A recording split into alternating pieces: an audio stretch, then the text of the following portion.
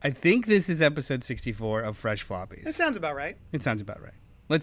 Even if it's wrong, let's gaslight every listener into thinking. Even if welcome we're to wrong, episode be 64. Yeah.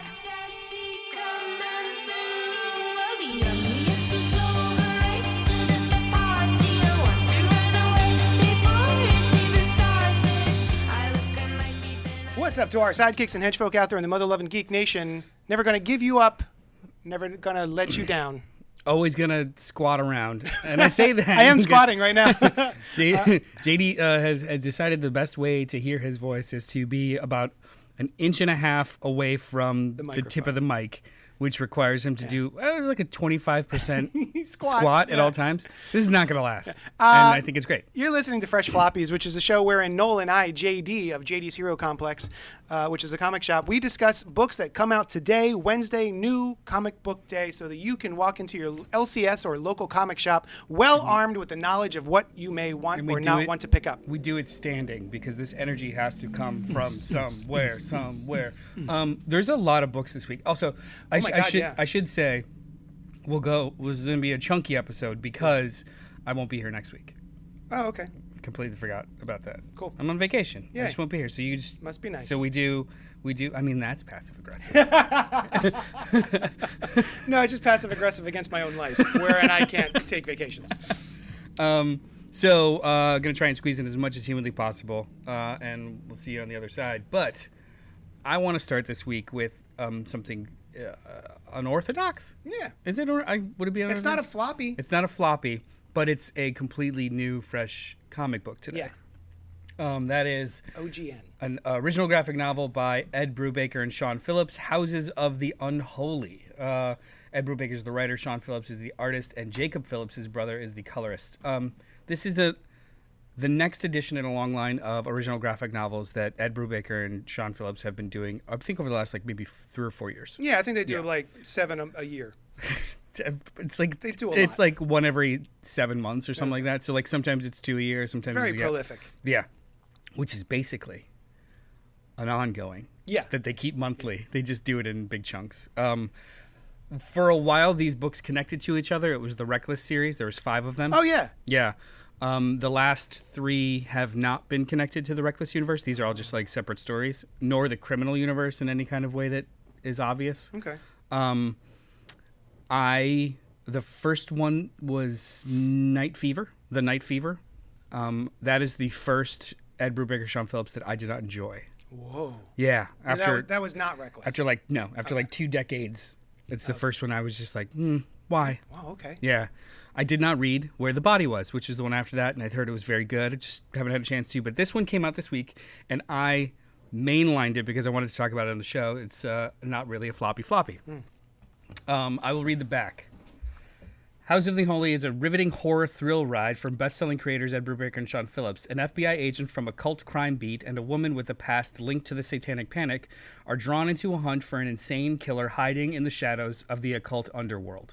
Natalie Burns once thought she'd escaped her past, but what if all your bad decisions are just more ghosts waiting for you in the dark? This book is an A+. It's an absolute A+. Fresh AF? Fresh AF. Now, I do have one very specific, very, I think, detrimental gripe about the book, and it was the same thing that I had a problem with Night Fever. This book is creepy, it's eerie, you're flipping through it, and I hope that one of the 4 reveals per act don't get spoiled for you while you do that, because this book genuinely kept my attention in so much as they kept revealing a new truth. The way it's structured is really cool. It's like current day, and then in between current day, it's set up in issues. It's basically a 6-issue mini, but the back matter of each, or the backup of each main issue, is a sliver of the past, and a sliver of the past is slowly creeping towards the present, and then those sections kind of merge. It is a really, really cool thing that they're doing. What Brubaker. My gripe with Brubaker in these last 2 books of his that I read, the finales are a little navel-gazy. Oh, okay. So I think it's a medium thing too. Like when you're writing a novel, you can get away with kind of ending the novel in a, and they both looked out in the distance, and not really go from there. Yeah. But when it's a visual medium like a movie or a comic, it feels less like rolling off into the distance and more like mid-sentence stopping it. Yeah, you just whoop. Yeah. And I kept thinking, like, if this was a movie, I would still have the same feeling because we basically left these characters mid-scene. Right. It still is fulfilling. It was still an amazing ride, but just that last beat kind of left me a little cold. And the same thing happened in Night Fever. Okay. Where it was just like, oh, mother fudger. But this was so fucking good. Nice. So I like how good. you went from mother fudger to this is so fucking good. Yeah, well, that's how strong it is. I was only going to read like maybe the first chapter last night. Yeah. I was It's up like, till next like thing you know. 12:30 and I finished it. Isn't that the best? It I love that. kept me Like, wrapped all of a sudden the you're like, whole oh, I'm goddamn. Yeah, it kept me the whole time, and after every single chapter there is a new reveal and I'm like, what? Nice. It was just a really, really surprising. Like, I'm reading this and this could whole cloth immediately be a movie. This could whole cloth immediately be a radio play. Like, it is Wonderful. Awesome. so incredibly good. I have fallen off the Ed Brubaker, Sean Phillips train. Everything I've read by them is a B plus to an A. But there's so much of it, and Yeah. it does get to feel a little samey after a while. I agree with that. Except, I'm flipping through this. Sean Phillips is getting much looser than he used to be. Yeah. His art is... The inks or the pencils are a lot looser, and the coloring is, I would say, even more experimental because it's not like figure coloring. We're gonna play around with splashes of hues for shading kind of stuff. Yeah, cool. like there's one scene specifically that I noticed it where she's in a car. The main character's in a car at night, and instead of it just kind of being shaded, there's like a paintbrush of blue across one side of her face and the other. Like, it's fun. It's a lot more loose. Yeah. But like, it really works. Great. Yeah. I you know what? I'm going to jump back in. This one too, horror.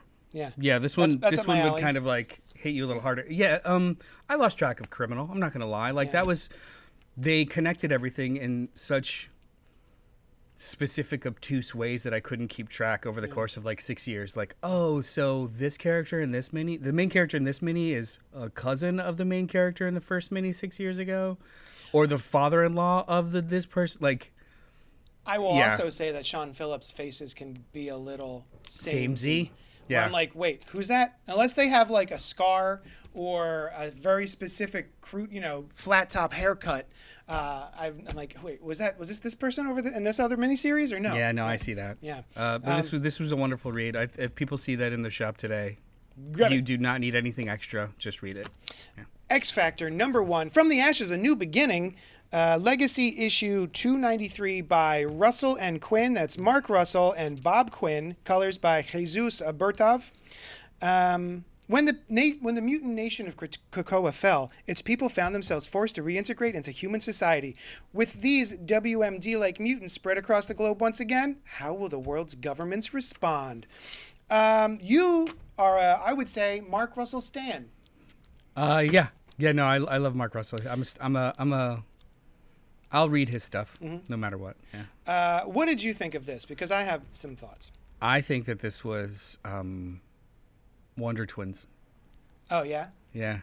I did not read Wonder Twins. It's. You said you liked Wonder Twins. Yeah, lot, it's a satire. It's a parody with. So this is attempting to reach that level of satire that it's the same thing it's satirizing at the same time. Yeah. So it is a team action book, but it's also a corporate satire at the same time, and they're trying to not only make the jokes and the visual cues, but also we'll do the action scenes too. Like, I thought it was wonderful, but I did not think that you would like it.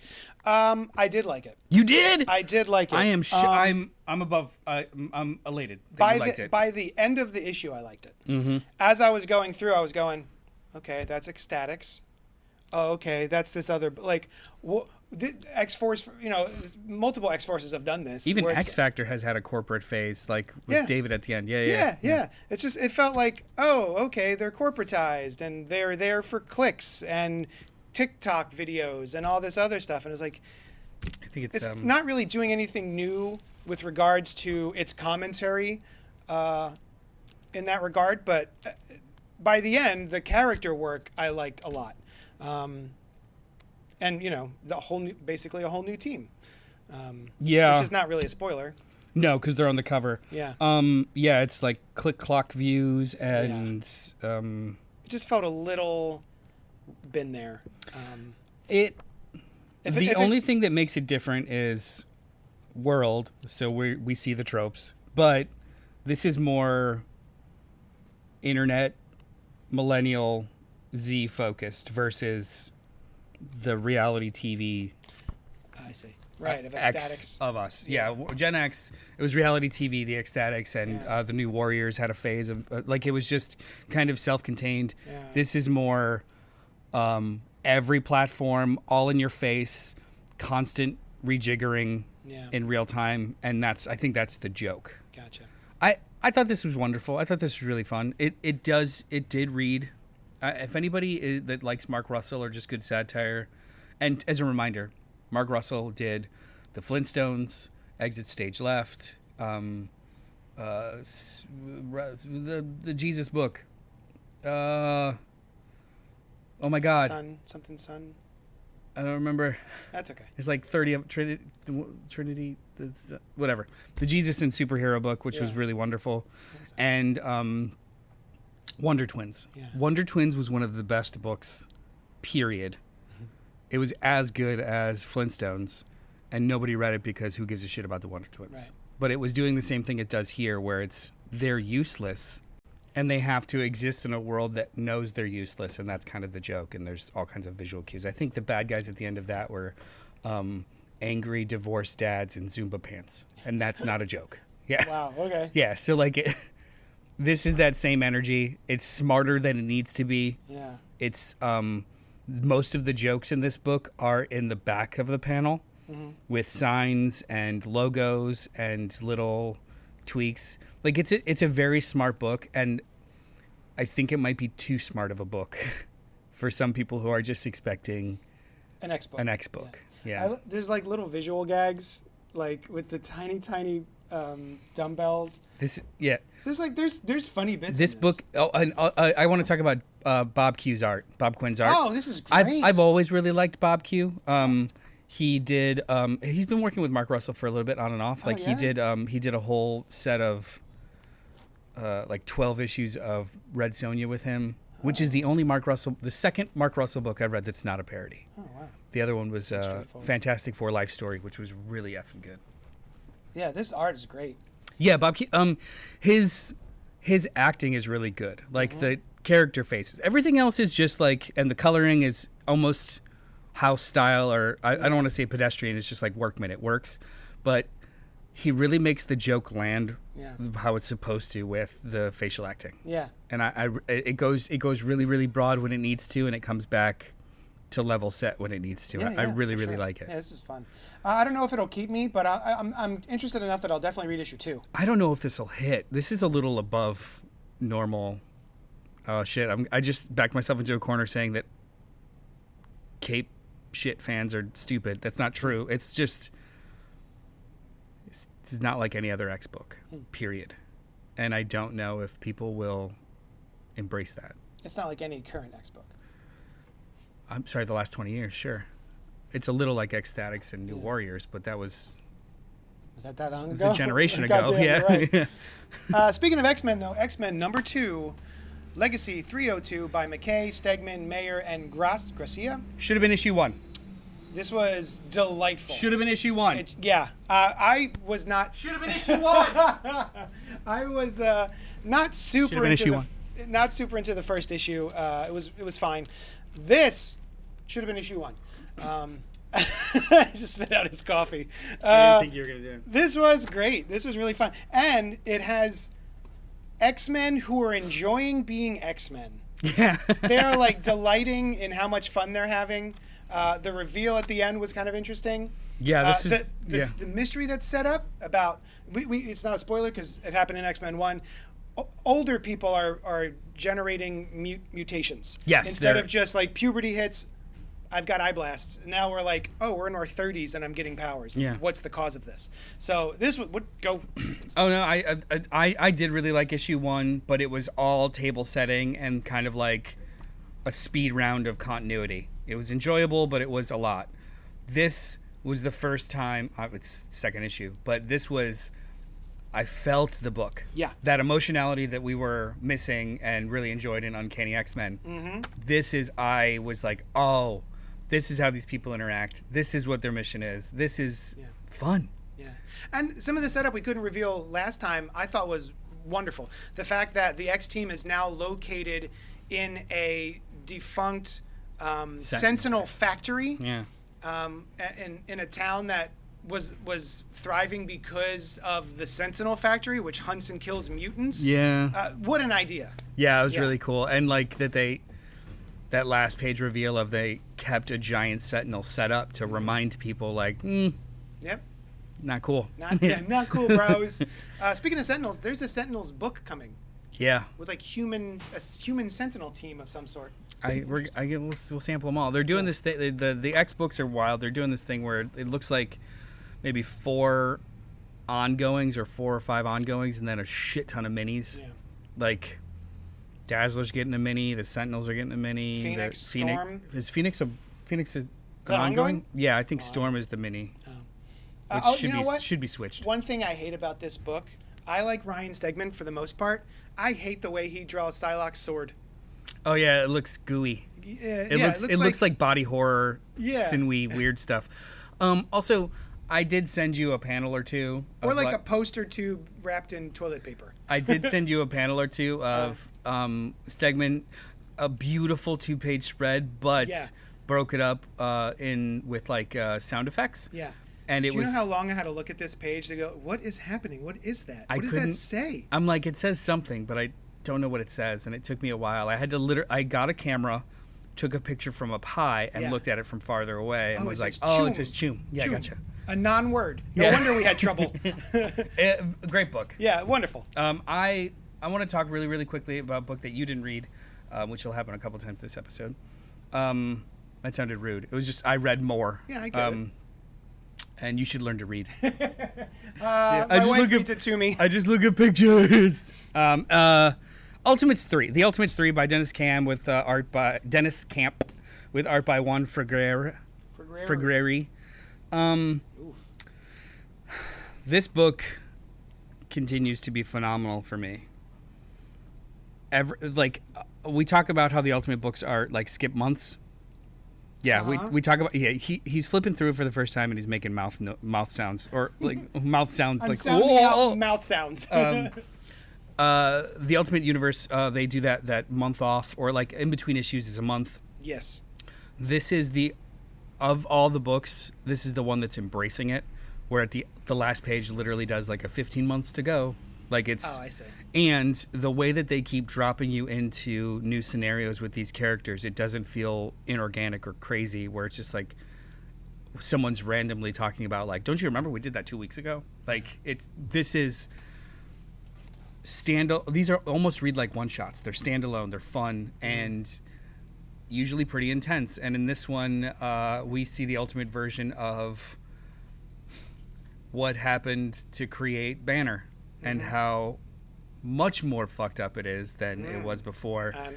And we get wonderful Hickman-esque data pages of scientists in the 50s giving reports of crap that happened, and the way this ends too is just so creepy and body horror and awesome. Flipping through it now, it is the first thing I'm going to read. I love this book. When I get a chance to sit down and read. The first issue was wildly fascinating when you had a version of Hank Pym who knows what his alternate self is like, so he refuses to become a hero. Yeah. With the second one, you have a United States that doesn't exist anymore, and then the symbol of the United States wanting to do something about it. Like, all of these issues are their standalone stories that are like allegories, and they're fucking great. Yeah. This book, I certainly like number 2 more than 1. This book is an A+, and nice. I think everyone should pick it up. Fresh AF. Fresh AF. Nightwatcher, Teenage Mutant Ninja Turtles Nightwatcher, number 1 by Uni Ba and Pharaoh Pei. and Luis Antonio Delgado. Noel, do you have any idea? Was there a previous? No. Okay, there was not a for the people who are wondering. To my knowledge, no. I'm about to ask. Have we seen Nightwatcher any time before? Only and in this the is free a comic book day. Brand new comic. Okay, so we're just jumping in with a new character. Yeah. I would say -2 interest. Ditto. In this. I have -10 interest in Mutant Nation when that drops. We'll read it. I was at least I was mildly curious. I was like, oh, I wonder who that is. I actually quite like this. It is fast-paced. You get a bunch of conversations from Mutant Town. What's it called? There's the Mutant Town is like my impression is the walls are down, so they're just like, even though Mutant Town is still there, mutants are also trying to integrate into normal society again, or human society again. So the book is structured in another fun structure way to do lots and lots of exposition without breaking the book into pieces. Yeah. We have one prolonged action scene, and it's interrupted with 9 panel pages of people being interviewed about current events. This is up there with the first issue by Jason Aaron. Very good. Raph. And then we learn who the Nightwatcher is, and I'm like, yeah, motherfucker. I loved it. I'm curious. I want to talk to you off air about why they have this armor. But yeah, I was really surprised by this. It's in the book. But is it? Oh, yeah. Shoot. This was better than I thought it would be. Yeah. This is really wonderful. I would say pretty fresh. Pretty darn fresh, yeah. I expected it to be negative fresh. Did you expect Ultraman X Avengers to be negative fresh? I would say -1 interest in this. Written by Kyle Higgins and Matt Groom, with art by Francesco Mana, and a cover by C.F. Villa. And I don't care. Like, we have dipped into Ultraman after Marvel got the rights and started making comics with Gene Luen Yang.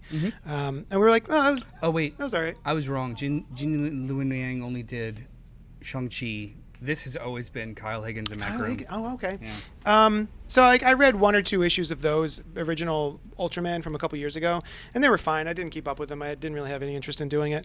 But the setup for this. Yeah, it's pretty cool. As soon as what is it? It's page 1. 2. Oh, 2. Sorry. Page 2. I went, okay, I'm in. All right. So yeah, and the interaction between the Marvel character that shows up first and then the Ultraman team, Ultra Team. I don't know what they're called. Science is like fun. It's in there. I mean, it's not a spoiler to say who it is. I guess he's on the cover, but I was pleasantly surprised. The voices of the Marvel characters are just absolutely wonderful. Yeah. I kind of want Kyle Higgins and/or Matt Groom to write Spider-Man. Yeah. It's really, really good. There's a couple of scenes. So it's on the cover. I'm sorry. Miles and Peter are both featured in this book. I wish Peter didn't show up. Me too. I wish this was just a. There were at the very beginning. There are times when Miles is joking, and I'm like, that sounds a little Petery, but it doesn't. It's very much Miles kind of mimicking the Spider-Man of it all, and it's really, really good. It's really good. Yeah. I want these guys to do. It makes me interested in the Alien versus Avengers now. We'll see how that goes. I have a feeling. So neither of us have read it. Obviously, it's not out yet.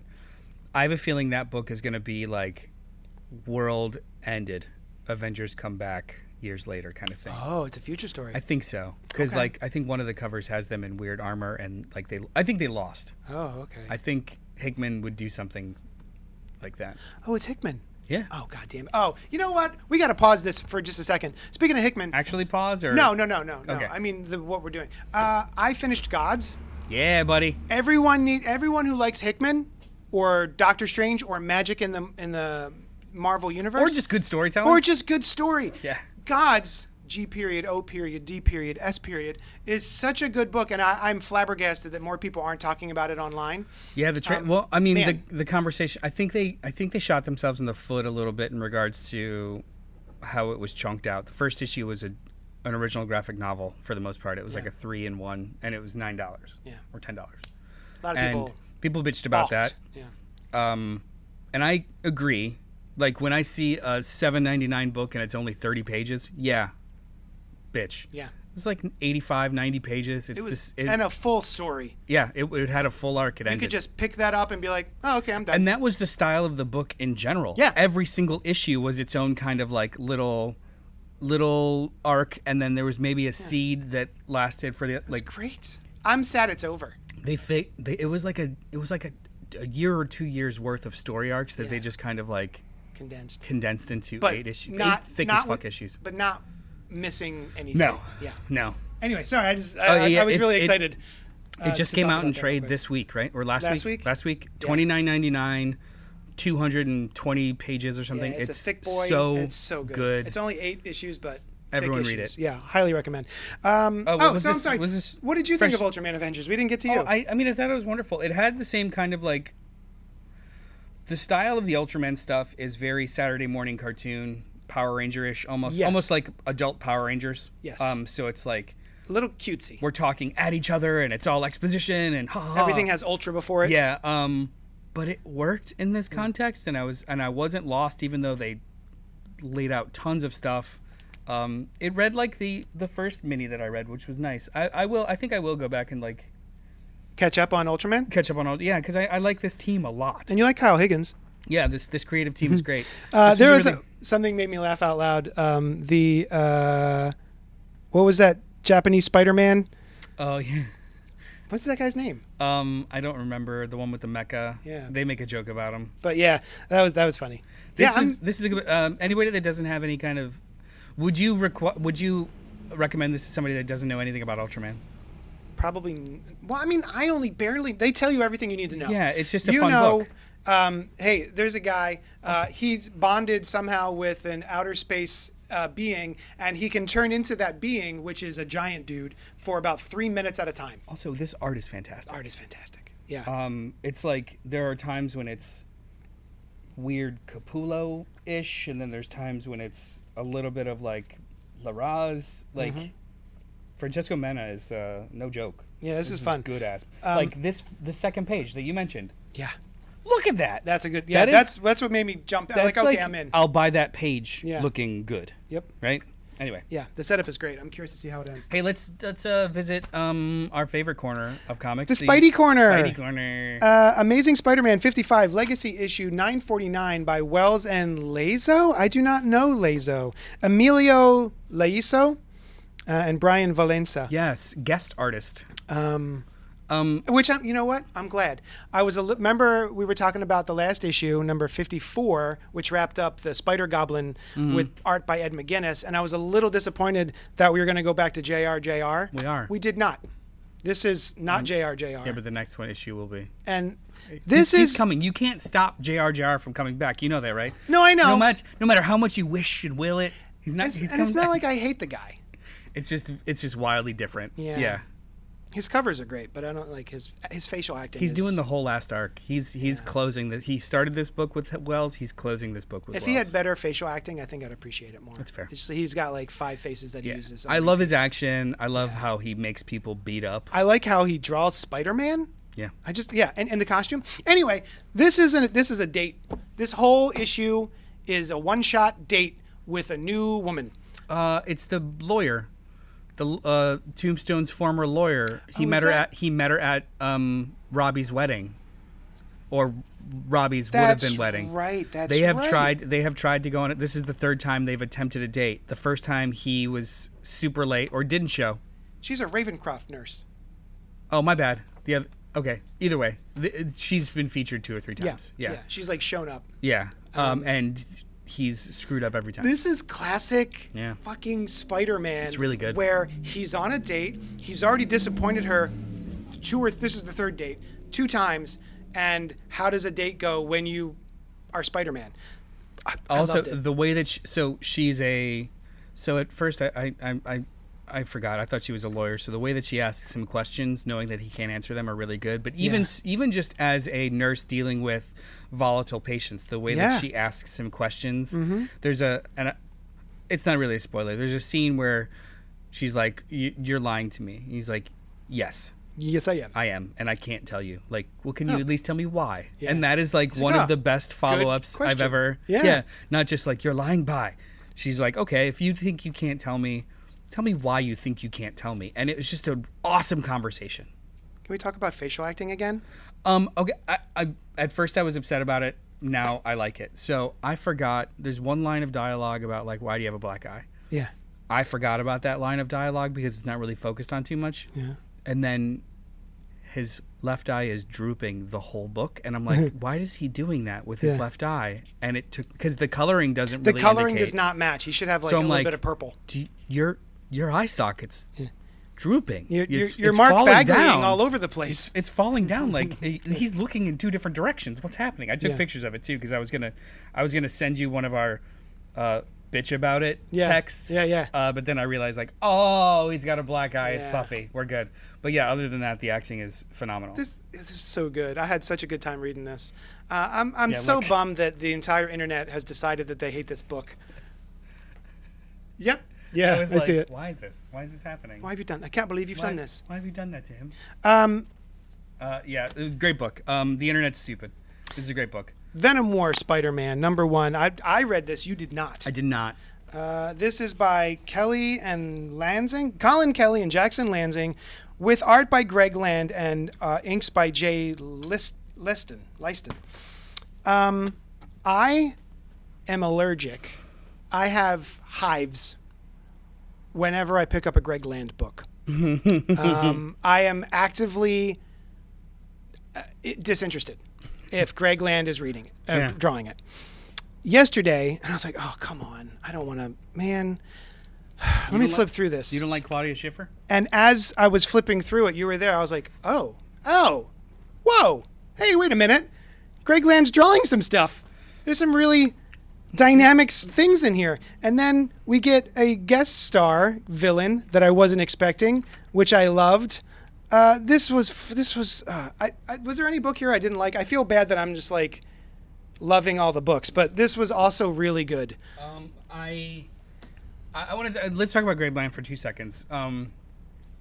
There's a new wave of artists that are using AI prompts and or whatnot to swipe, and then people will be like, yeah, but Greg Land has had a career for 30 years Tracing using Claudia swipes. Schiffer. Yeah. But I will say this about Greg Land, though.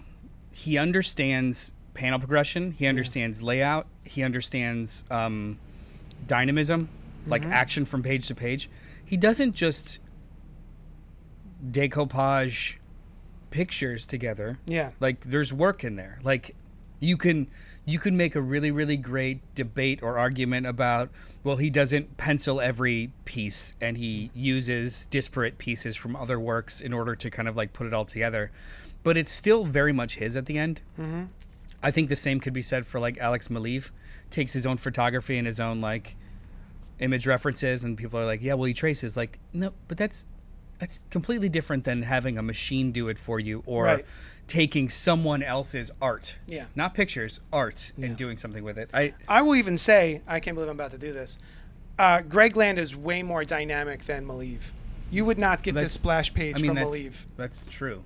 Yeah, that's just true. I'm just not used to complimenting Greg Land. Maleev is more. Are we talking like current Maleev, or are we talking like Daredevil Maleev from even the early 2000s? I thought even his Daredevil stuff was a little static. Oh, the early 2000s stuff was really like very flippy. It was better, but anyway, yeah, that's fair. So this made me kind of interested in Venom War, which the first issue failed to do. You're a Venom War stan now. I am. Yeah, you're gonna read everything. I want to end. I want to end on an end. I want to talk about a finale. Today was the last issue of the Sensational She-Hulk by Rainbow Rowell and art by André Genolet, who was the main artist for, I think, this whole 25-issue run. This book is, it's phenomenal. It's been every single issue has been phenomenal. We haven't said, every single time it comes out. And it ends in exactly the same way that it just is. This is just like another issue. There's no big finality. It's just her life continues to go on, and she's in a good point where she's juggling.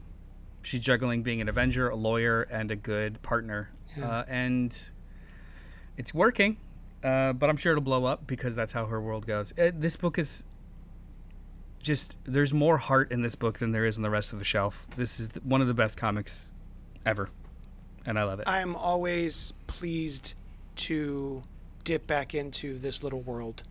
This little corner of the Marvel Universe. It's so good. It's so charming. I'm going to miss things like Fight Club.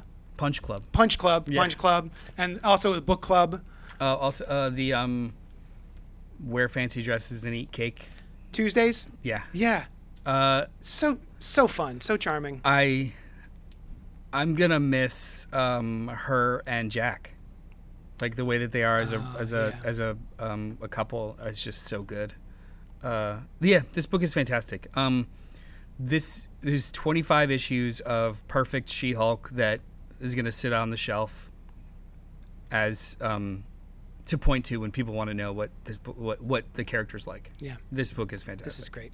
And it's not the fourth wall breaky She-Hulk either. It's just Rainbow Rowell does it, I think, twice in the whole series. Oh yeah.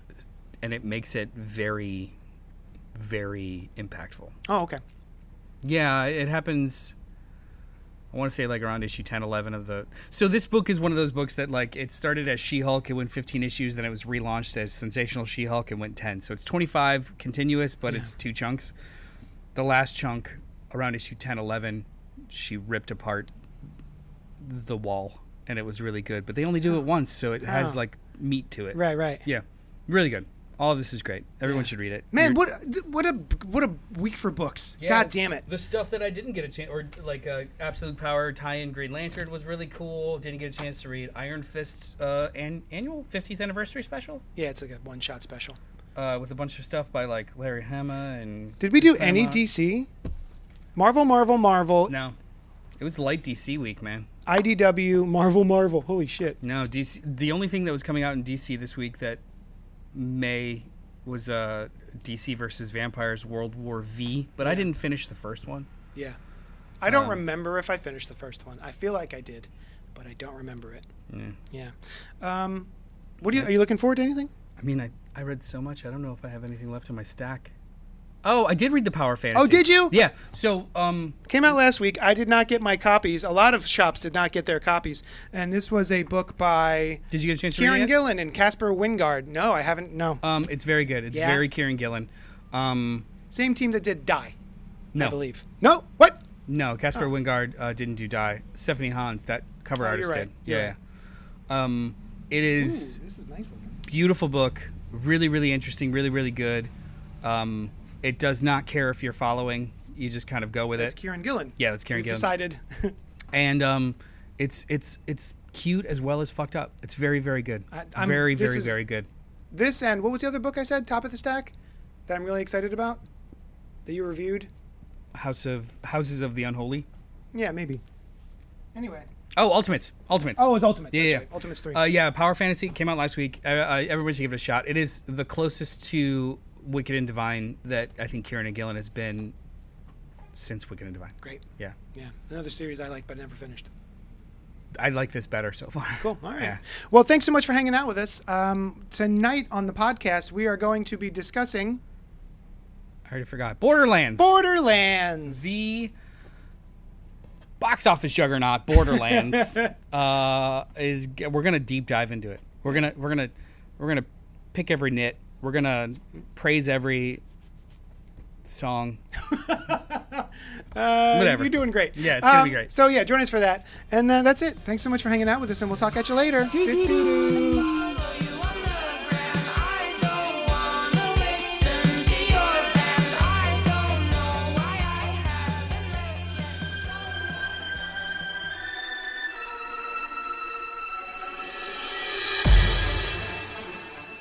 Thank you for listening to the CultPop Network, home to podcasts, live shows, and a whole lot of fun stuff for every flavor of fan. Follow us wherever you find your favorite podcasts, and be sure to join us live every Wednesday night at youtube.com/CultPopGo at 8 p.m. Eastern. While you're there, be sure to subscribe to the channel and hit the bell icon so you'll know when we drop new Thunder Rounds and episodes of Fresh Floppies, a spoiler-free show about single-issue comics released each week. Until then, we'll talk at you later.